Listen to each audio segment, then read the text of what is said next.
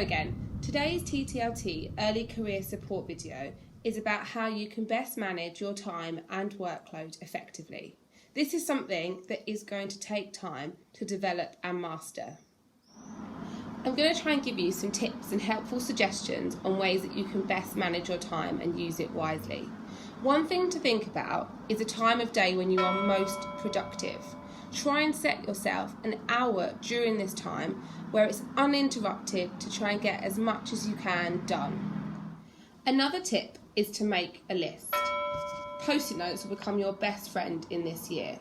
Make a list of the things that you want to achieve, but don't stress out about achieving them all in one go. There is something really quite satisfying about ticking things off once you've achieved them. Think smart when you're planning your week. Don't try and plan all of the heavy marking lessons in one day. Break this up over the week. Plan lessons that might involve peer marking or self-marking so that you haven't got to do all of it in one go. So I think it's really important to make sure you invest in a diary. Plan your week out really carefully. As much as possible, each week try and set yourself an evening aside where you completely switch off and leave work early. Remember, you still have your own hobbies and interests that are really, really important for your own well-being within this year. Another important part of your week will be your PPA time. This might take place in the morning or the afternoon. It's really important, when possible, to try and think about your PPA sessions before going into them.